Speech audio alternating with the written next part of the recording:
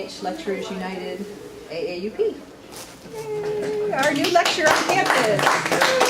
We have some other members of the officers here as well. Emily Talpin, who is the vice president, and Adam St. Jean is working on. So you're like adjunct union? We are a lecturers union. Good for you. Yeah, we formed in, well, we've been working on it for almost a year, and we had our election in February. Cool. And it was overwhelmingly positive, 141 to 23. It was great. And we're very, very excited that we're going to be joining you as a union by your side and doing collective bargaining as well. And we would not be here today if it weren't for Deanna Wood, I have to say. She's did a wonderful job of encouraging us and guiding us and holding us back at times, pushing us forward. And of course, Kira Schumann is here from AAUP. And we're all here to see Howard Bunsis speak and his information about the finances of UNH. But Deanna, I think I do have a few words. I want to say just something about, first of all, I'm going to take a back seat to what Sarah said, because her energy with this whole organizing effort was just amazing. And I'm trying to figure out a way to get her in the tenure track just so that we can put her in our unit. I'll listen to offers. So much for loyalty. But two people I do, well, some people I want to point out who are in the third row back there are our newest addition to our unit, UNH Law School tenure track faculty, who are smart enough to figure out when the integration happened that they needed to be part of our union, and we are so happy to have them. So welcome to you guys. And they're not quite in. The Labor Board has to certify them on Saturday, but piece of cake now. So I wanted to say hello to you guys and thank you for coming. So, carry on, Howard. Thanks. This is Howard Bunsis, by the way. If you didn't know who he was, he's, according to the email that was sent out, he is renowned. Did you notice that? I did not. But he is renowned. I appreciate that. Thanks for the invite.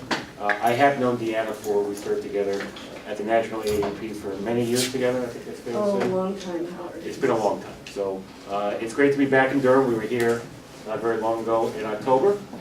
So it's great to be back. And there's a lot of confusion about the finances here. And the reasons, the biggest confusion, as I'll get to, is the difference between the system and the university. And it's always complicated when there's a system.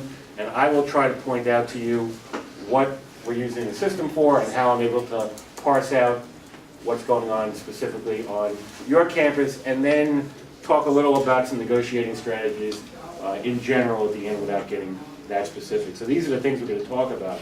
We're going to talk about your great state, do a formal ratio analysis of the system, see where the money's coming from, see how they're spending it, and then look at some other things that I think are important, whether you're in negotiations or not. I think you should know a lot of these things about the university. And most of the information I'm going to present to you, you guys are here all the time. You work here, you live here. Many of you have been here for many years.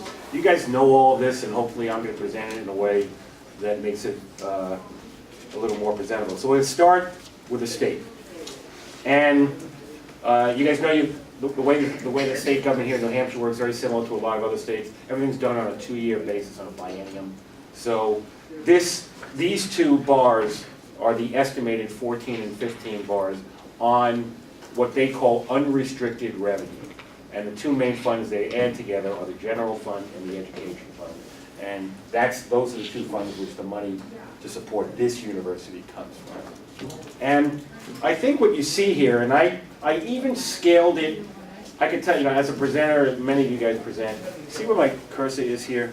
If I had made this scale 0, these bars would look almost identical to each other. Now, if I had made this 2,000, it would look like there were huge changes over time.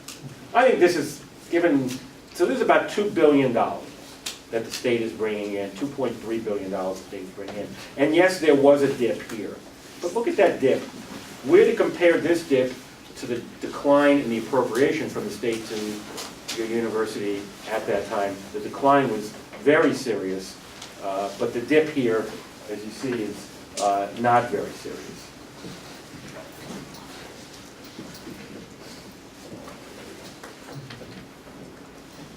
We're playing with the door, that's all right. Just here, some logistics. This presentation is fine. I've sent it to several people here already. My view, from my perspective, is you can show this to anyone you want. You can share it however you want, do whatever you want with it. It's up to the union to decide what to do with it. But you guys, it's up for you guys. I mean, leave it up to you. As far as I'm concerned, this is everything I get is from public information. This is a public university, so. You guys can use it without, you don't have to ask my permission. You can just do whatever you want. And if, hopefully they'll make it available to you, and if you need it, if you want it right away, I certainly can send it to you. So this is what's going on in the state. They would argue that the level here, even for 15, is still not where it was back in 8. So that's why we have to be so stingy. Well, we talked, a lot of people talk about the state, and what I have here, everyone knows this. You guys all lived here for many years. New Hampshire is the only state without either an income tax or a sales tax. And there's 9 states, as you know, without an income tax. New Hampshire being one of the largest ones without an income tax, or of course Florida and Texas. The state of Oregon has an income tax, very high, but no sales tax. The state of Washington has a sales tax, but no income tax. But you guys are unique. But it doesn't mean no tax revenues come in. And these are all the different taxes that come in to the state. You can see it's quite, the slices, no one slice is dominant. And the good part about that is that you don't rely on one tax for the majority of your taxes. There are certain states that rely on taxes, rely on the income tax for a very large portion of what they're doing, and this is not one of them. So I think the chances, and you guys could correct me, the chance of the legislature and governor here ever implementing an income tax is close to 0. Is that fair to say? Or is it less than that? It's less than 0. So it's never going to happen in any of our lifetimes, is that fair to say? The same for a sales tax, or maybe there's a chance for a sales tax? Maybe casinos. They're voting on that today. Yeah. We'll see what happens. All right. So the unemployment rate for New Hampshire, just going back for the last dozen or so years, has been consistently below that of the United States, the United States overall. And I think what's got people a little unnerved is that the decline in the unemployment rate after this recession and in prior recessions gave us a level here. New Hampshire in the high 3s, the national rate in the high 4s. And with this recession, as we reach 10% nationally at the end of 08, it's high 6s right now, as you know. So it's stubborn or sticky on the way down, as economists like to say. I think that's what's caused a lot of the angst, is that people would want this to be low. But the state is still less than the national average. Where does the state rank in terms of tax? There's a lot of different ways you could say, is the state a high-tax state or a low-tax state? The Tax Foundation, which is a conservative-based group, gives rankings to the states, and New Hampshire is right about here. They're 41st highest, and here's New Hampshire here in blue. This is the tax revenue the state takes in as a percentage of the state income. So you are a low-tax state. You can see who you hang with down here. So I don't know if that's good or bad. Obviously, Alaska is way high. They have very high taxes, and they have high oil taxes also there. But they also give a rebate. I don't know if you guys know about Alaska. They give you about an $1,800 check every year. If they have oil revenues over a certain amount, everybody in the state gets a big check every year. But you got to live in Alaska. All right, this is where things are troubling, I think, from a I've been to, not all of these states, but I've been to a good number of them, making the same presentation, though it's different everywhere. But I finally get to come here. I've been waiting for a long time to show this graph, because I've never had a state on either end. I've not been to Wyoming yet, which is And there you guys are. $63 per capita, the US average. If they were at the US average, the appropriation would go from 54 to 30. So that's scary, isn't it? That's per population capita, not per Yes. student capita. This is per population capita, that's right. And if I show this per student, it wouldn't be much better or any better. This is per $1,000 of income. And New Hampshire is a poorer state on average than the United States, but even here, it's way low. And no matter how you cut it, the numerator is really low, the level. So there's Wyoming again, right there. But the denominator for Wyoming, whether it's number of people or there's 16 people live in the whole state. It's a very small one. Not that New Hampshire's that large, but it's certainly larger than Wyoming. I think you guys got two congressmen here in the state? Yes. Wyoming's only got one. Used to be Dick Cheney, by the way. I don't know if you guys knew that Dick Cheney was the congressman. And his daughter made a foray into running. It didn't go so well. All right, this is the change. More bad news. Well, I'm about to show you good news. 49th worst, you could say 49th lowest or highest, depending on your perspective. This is looking at the change in the appropriations from here to here. And this, of course, is due to what we'll show you shortly, the big drop in 2012, what happened here in 2012. So there's New Hampshire there.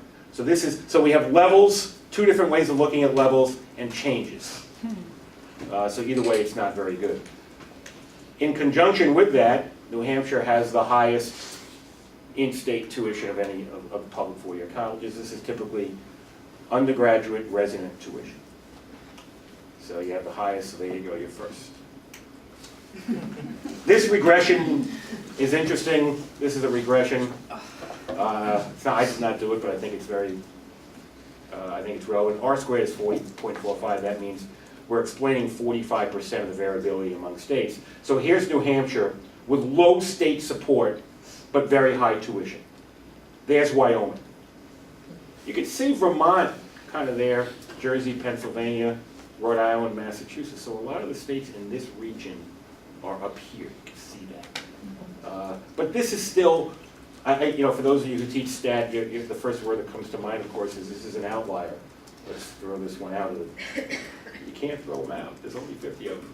There's Wyoming. So it gives you a sense of that.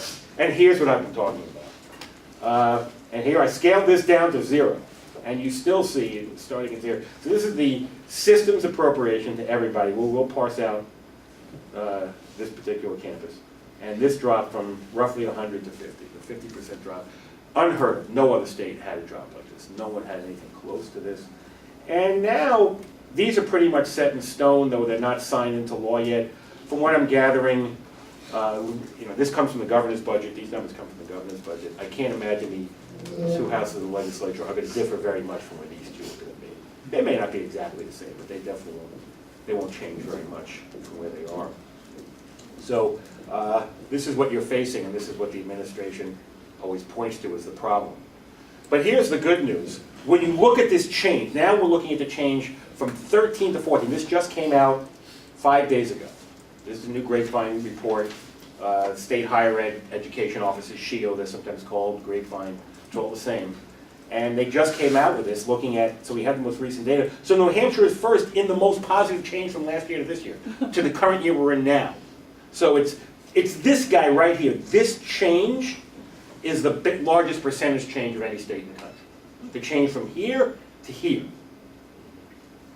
And that's, and I don't know if, so on average, the average was 5.7, but that's influenced by that. The median is 4.2, which is the middle one. So most states are going up a couple % but this increase is very large. Of course, the level is still going to be, when we do the level stuff, it's still not, New Hampshire still last in levels, but it's still interesting